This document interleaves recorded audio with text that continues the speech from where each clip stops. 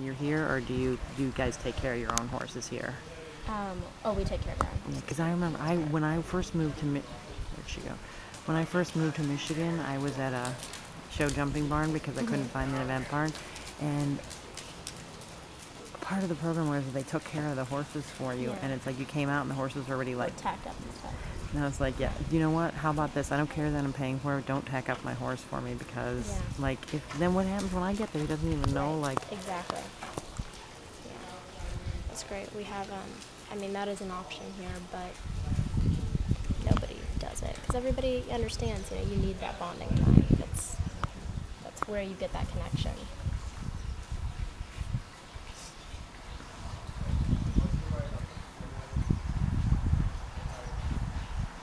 When I was I do a lot of braiding at the horse shows, and I was in Chicago.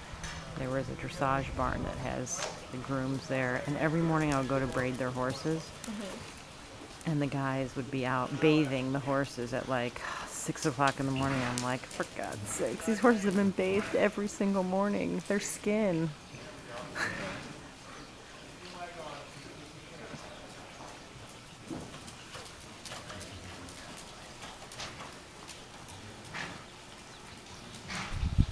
Yeah, so Cecily actually, that was her background is hunter jumpers, and Matt comes from the eventing world, and they started a business together. I think it's been like 5 or 6 years now, 5 years. Matt was the assistant trainer with Andrea Pfeiffer at Chocolate Horse Farms. Okay. He's been training with her for like since he was like a young child. Wow. And well, that looks nice. And so it's really nice because we do our jump lessons. It's like we have both of them. And so it's nice to get the perspective from both the eventing and the jumper side of things. Because then we're like, we're a select few, I would say, you know, in the event world that like, we're not just about getting over the jump.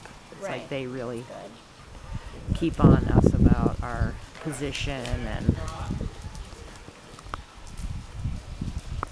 you know, we do our, like, we do some little schooling shows at our barn, and, like, Cecily makes us do, like, you know, equitation rounds, and she is very big on not just letting us go around. And she won't let anyone move up unless, neither one of them will let anybody move up unless they have proven that they can go around safely. Yeah, that's good. Yeah, I think that's an important step that the eventing world needs to. I wish more of them, I'm sure you do too, would do that, because it would change the sport's reputation a lot. Because people think that just because they can get over to the other side and not fall off, makes them good enough, or because they bought a horse. You know, people say, I bought a 2-star horse. Well, that doesn't mean that you're a 2-star rider. You are, exactly. 2-star horse doesn't equal 2-star rider. You know, it's like,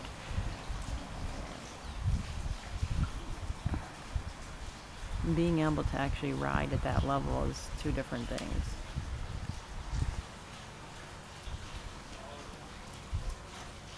I'm sure this video, by the way, is going to be fantastic with my hand is shaking so badly.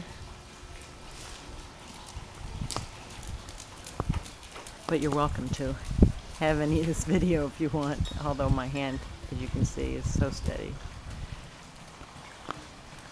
I'm not going to quit my day job and become a videographer, especially with my little digital camera. Although these take really good videos. Yeah, I know. All my video I have is from a little camera like that, so. Well, Cecily normally takes it with her regular camera. For some reason, it wouldn't spit out the tape.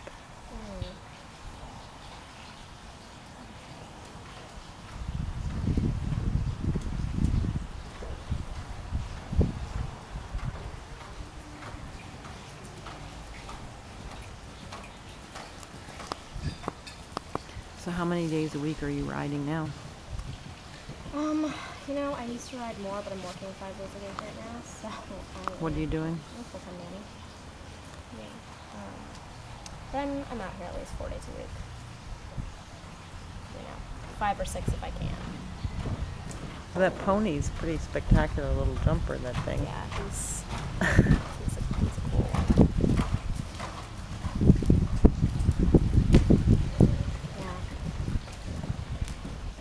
bottom is my next little Teddy O'Connor, but poor Teddy.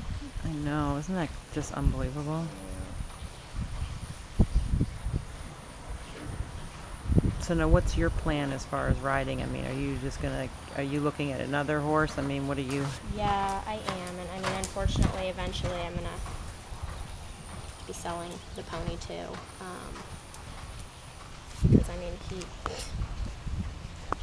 jump atop these standards, but he pushes himself, and it's like you get to a point where you have to, they have no sense. Yeah. They don't know what's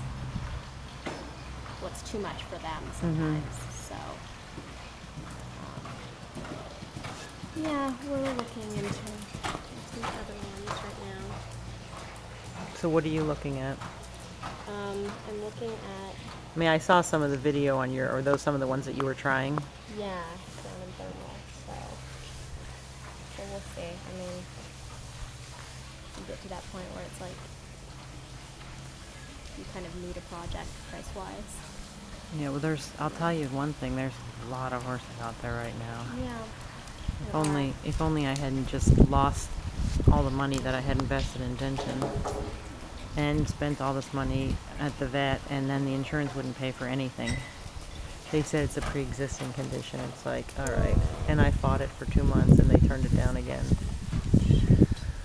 So you didn't get any of that? Mm-mm. And, I mean, I was hoping that I would be able to, get him the surgery and at least see if I could bring him back. But, so I kind of, maybe I look at it like, well, it was meant to be. Maybe, that was its way of telling me that I shouldn't do the surgery. Because that's the only way you can look at things. Right. But I don't have, I don't have a tremendous amount of money, and I couldn't afford to take all the money that I have and put it towards the surgery, and maybe he could get in there and do the scope and get in there. Well, he could say there's a lot of cartilage damage, he's got meniscus damage, he's bone on bone. I mean, he could say a million different things, and then I spent all that money, and now where am I? Right. So. How much is a surgery like that? Well, even he was going to give me like a deal, because he felt bad for me. And even then, with the IREP therapy and everything, it was still going to be about $5,000. And that's without, follow-up. Right. And that's And you know how it is. guarantee. You know how it is. Oh, and this, and this, and this. And you know how there's always a million different little things that you add on to it. Right. The surgery itself was going to be about $2,500. The IREP therapy was going to be about another $1,000. And you know how there's always all those miscellaneous fees. And then you got to ship them down there and get them back in Southern California. Oh, God. There's another $1,000. Yeah. So where do you guys usually, where are you usually renting right now? You go to Woodside? we go to Woodside. We're going to go in June. We go to Innervale in Oregon. Okay. That's the best show. We camp and everything. It's really, really fun. And we go to Twin Rivers down in Paso Robles, Robles, or however you pronounce that. We're gonna go to, I don't go to Ramtap, I don't like Ramtap.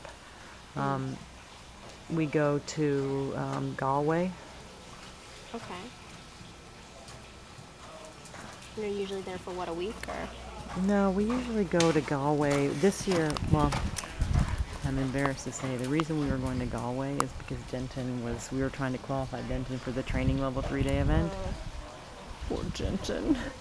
Because he was one of the few horses that we were pretty certain he would qualify. You had to get 3 clear cross-country rounds at the training level, and it's a full 3-day event with the steeplechase and the roads and tracks and the whole thing.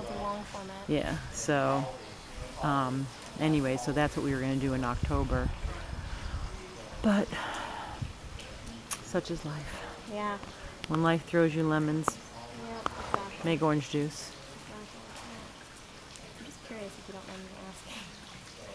Only because when I came back to California, I was really looking into some eventing guns and all this stuff. Well, but my biggest complaint with the show jumping world is the cost of the shows, honestly. I mean,